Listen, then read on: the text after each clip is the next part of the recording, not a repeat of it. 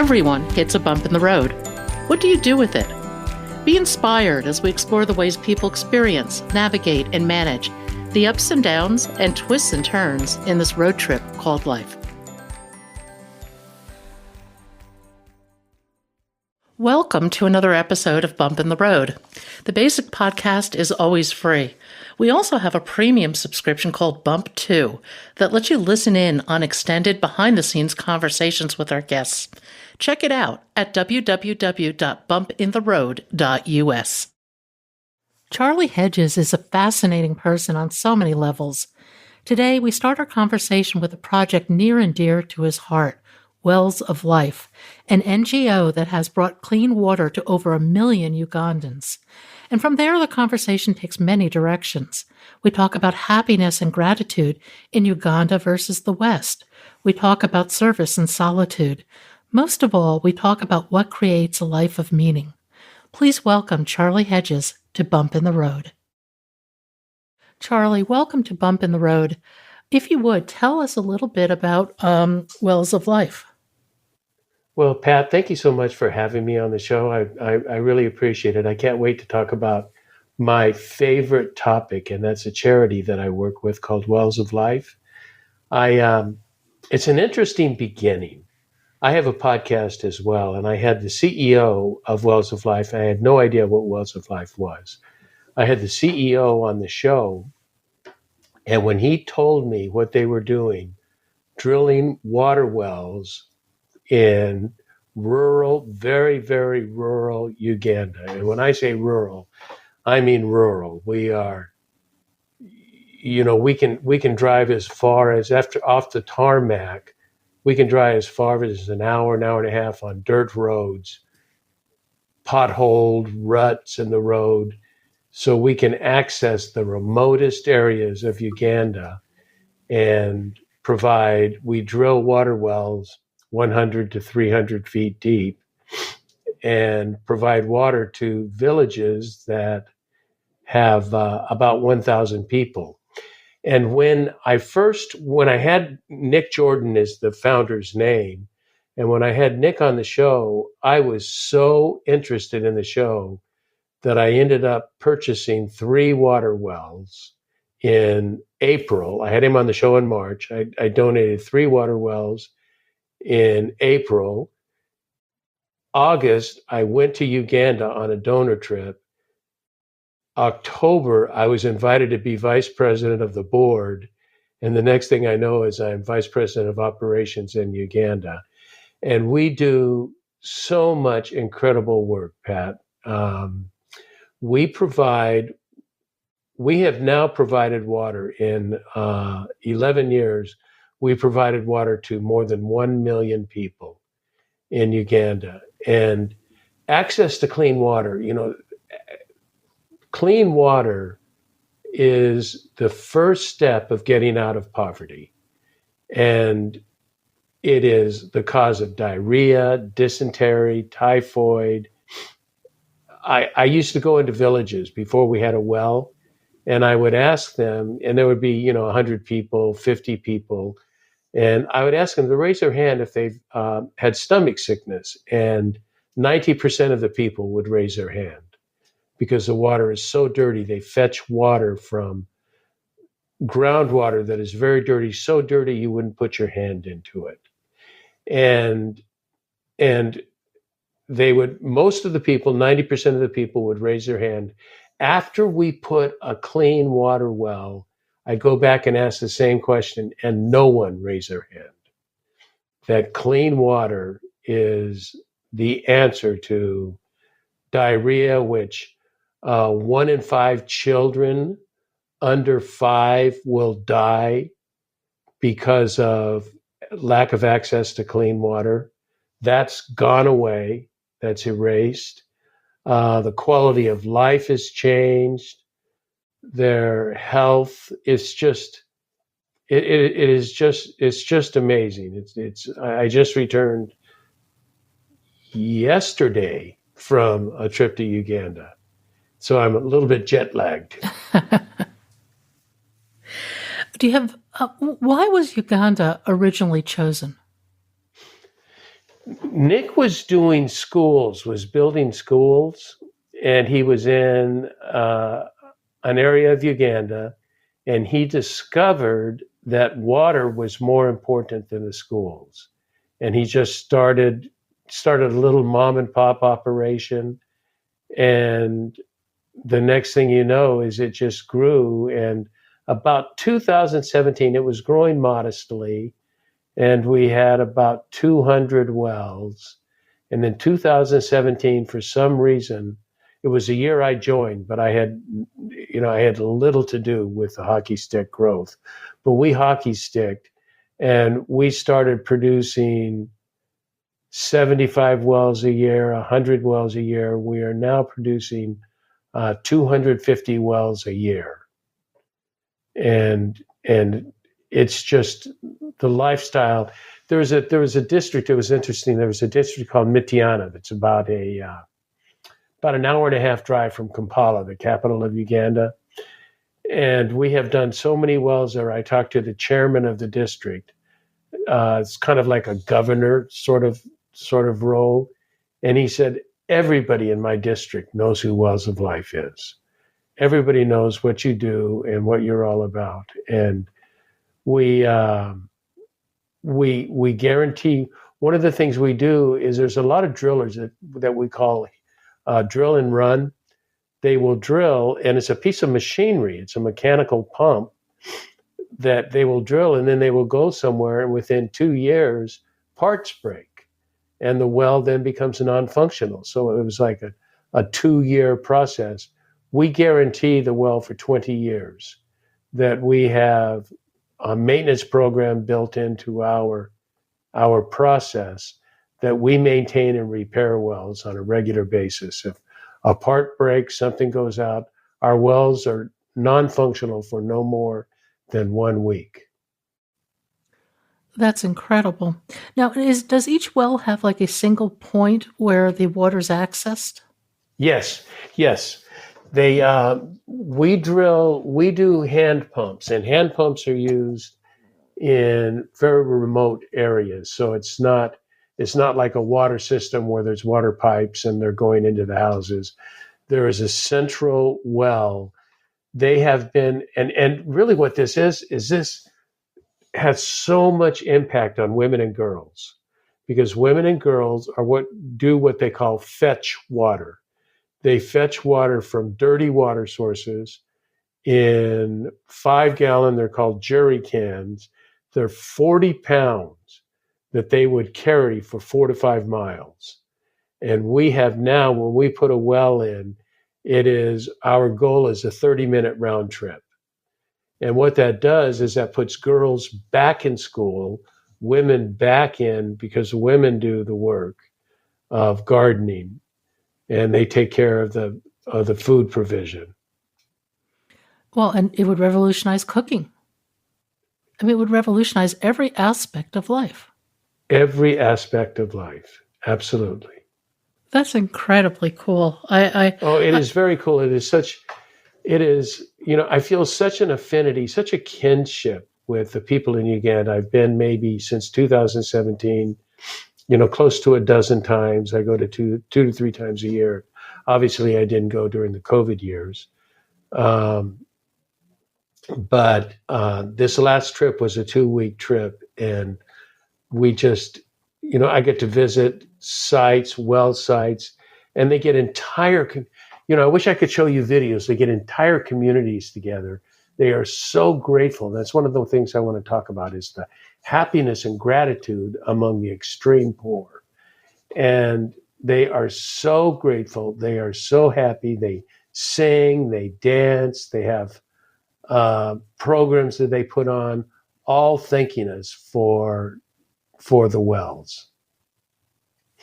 Talk a little bit about the happiness and gratitude you find in this sort of society. It's really interesting, Pat. Here they are. They have dirt floors, no running water, no electricity, no toilets, and they have, when I say ragtag, I mean ragtag, clothes that are ripped or old clothes that they have purchased. And yet there is a community aspect that makes for the most important purpose of people in rural villages is to take care of one another. They've never heard of Hillary Clinton. Hey, they have no idea who she is, and yet they say one of the people told me is it takes a child is raised by a society. And so children play together, eat together, share food together.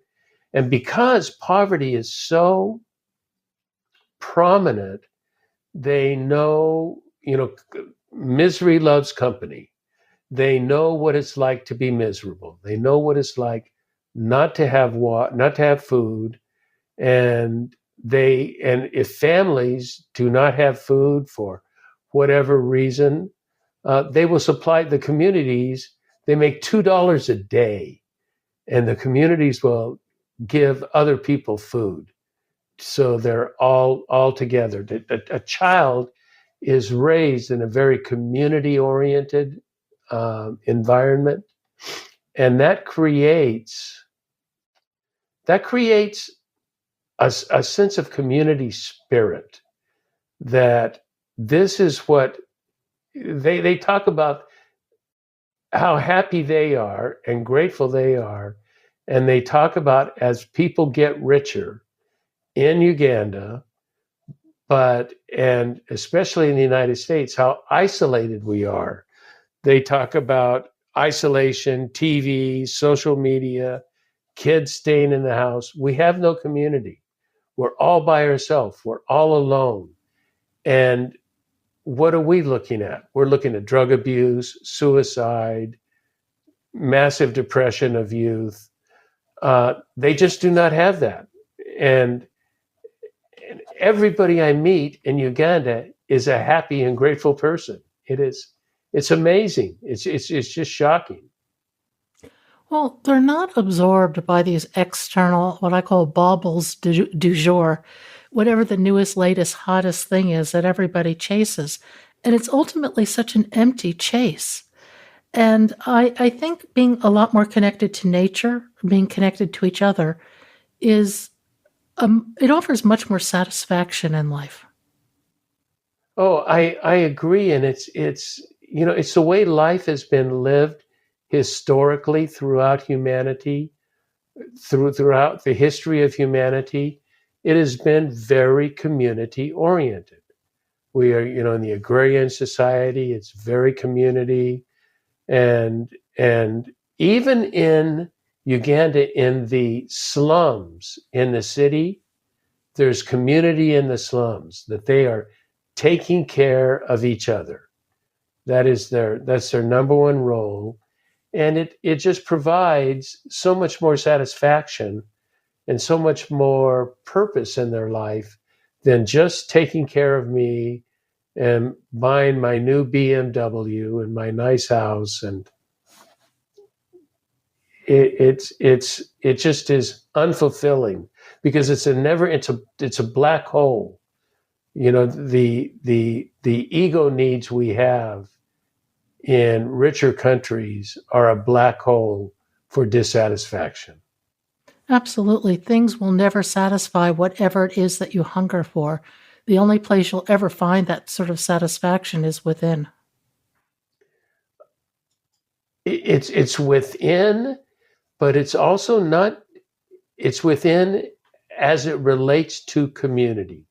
Community is very essential. Families stay together, live together, support one another. And the family next door to you, you are supporting that family. It's a whole different identity. It is so unique for us in the US because we don't even have extended families that live together. Children grow up and move out of state, out of town. Families are left isolated and not attached to any kind of community whatsoever. Oh, I think that's very true. I think we've moved into a cult of personality, if you will. And I wonder, how did we move from community to this individualistic, personality oriented identity? Well, I have an idea on that, but I have no data. This is like anecdotal data. I can't uh, read any statistics on it. But I think it is the downside of the American dream. I'm a big advocate of the American dream. I'm a big advocate of that you can. That's why it's the most popular country in the world to immigrate to, because you can go from not having anything to having a lot. And the problem is it all becomes me centered. It's all about my ego and my needs. And on one hand, that is good that I get to advance. But on the other hand, it becomes very isolated, very self-centered, and very focused on just myself. And in that process of our American dream, we have lost community.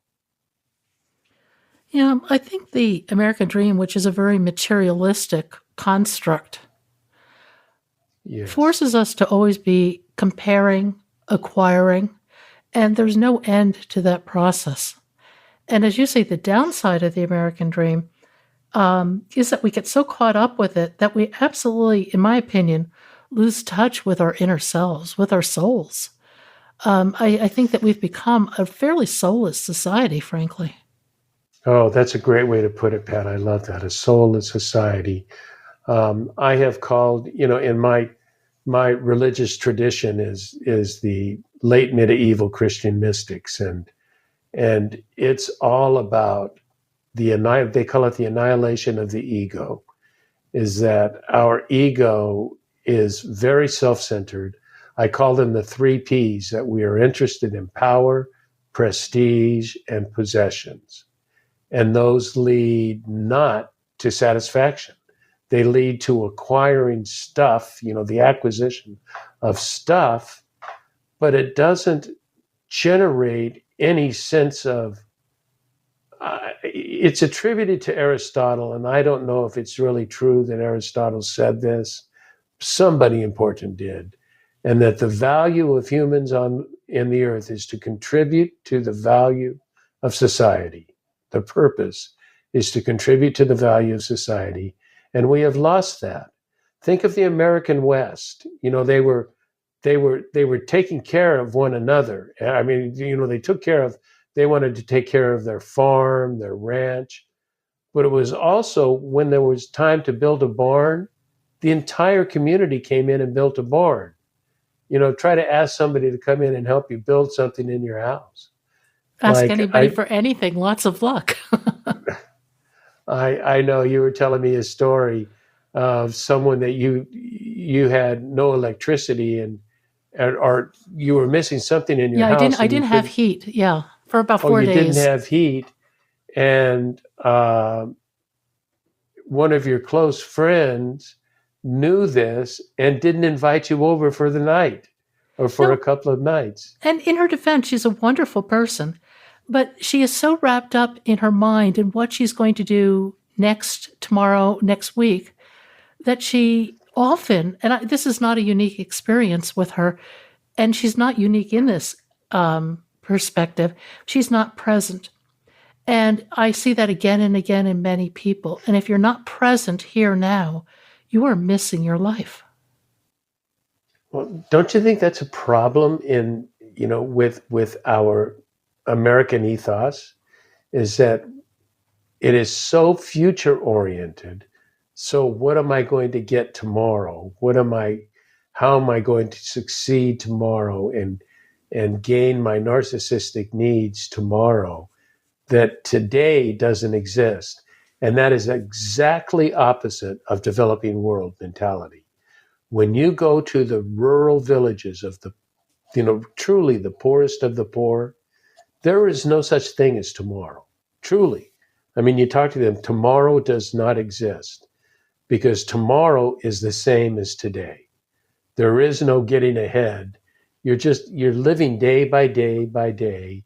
You're very present oriented. Everything is right now, what's happening right now. You don't think about tomorrow. What kind of job can I get? What can I purchase? How can I advance? It's a very different social mentality. How could we take somebody out of our Western world and give them that experience of being so present? I'm silent because that's a great question. I don't know how. I know in my work, and I'm a deeply theological person. In my work, I think it begins with what Teresa of Avila and John of the Cross speak a lot about: the annihilation of the ego. The ego, it's called the small self. We have our ego is good. There's nothing wrong with an ego.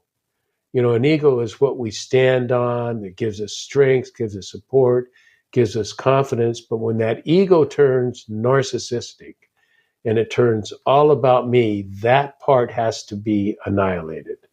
That has to be left. And we have to think of, again, in our tradition, we're thinking of the divine, but the divine always, always, always must lead into service of others. That is our function, is to serve other people. And that's not the ethos we have. And so I think it begins with a healthy evaluation of ourself and our proclivities, our personal needs, and how do we serve others. I'm very service oriented. Matter of fact, every job I've had, I'm 73, and I've had probably 7 different careers, and every one of them are service. No matter what I was doing, even when I was an executive coach, working with CEOs of very high net worth companies, even it was all about serving them. How can I help them be better? It took me longer in life to learn that lesson, and I think it's a really important one.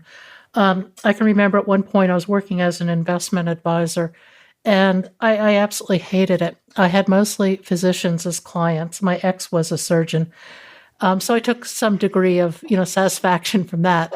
But everybody who walked in the door, I saw them as X number of dollars this year, next year, the year after. I really lacked the capacity at that point in my life to see the greater human component. And could I have seen that? And could I have changed my perspective to one of service, of helping? My goodness, my life would have taken a very different path, but I wasn't at that point of evolution yet. I was so wrapped up in a lot of anger. And there's a great quote from Buddhism. Let's see if I can get this right. You will not be punished for your